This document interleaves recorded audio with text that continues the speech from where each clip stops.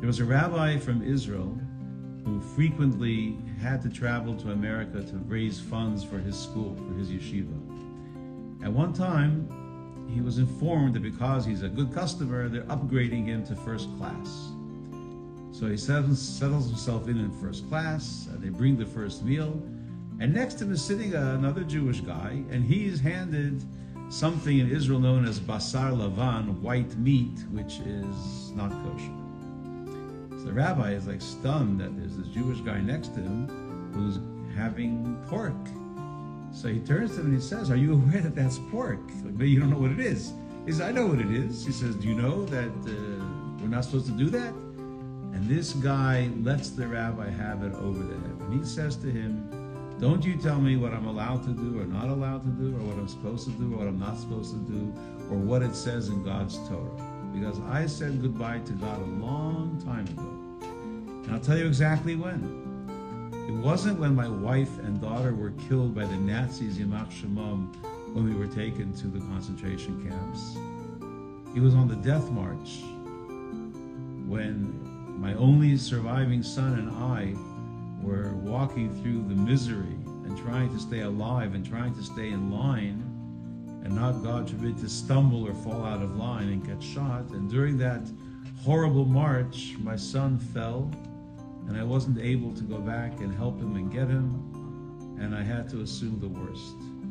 From that moment on, when my last surviving child died, I was finished, and I am finished with God. So please don't tell me what I'm supposed to eat or not eat.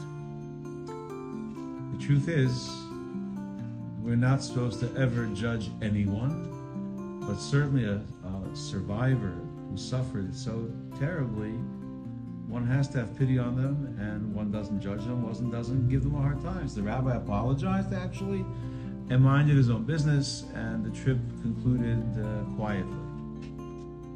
Fast forward 3 years, it's Yom Kippur, it's during the break.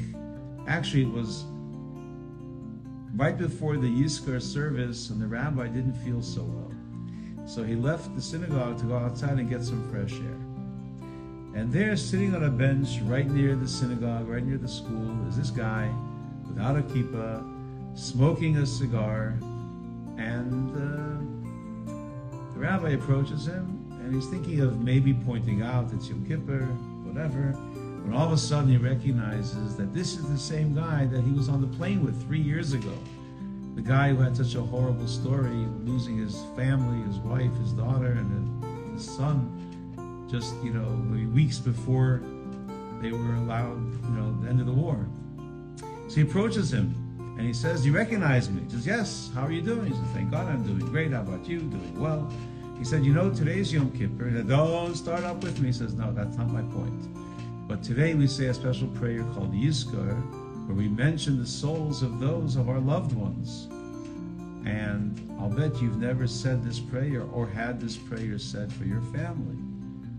And maybe for their sake, you would want to step into my synagogue and let the prayers be said for your wife, your daughters, and your son. I'm not asking you to fast or pray or become religious, but it'd be good for their souls to have this prayer said." The guy became emotional and said, "You're right. They deserve it. Let's go."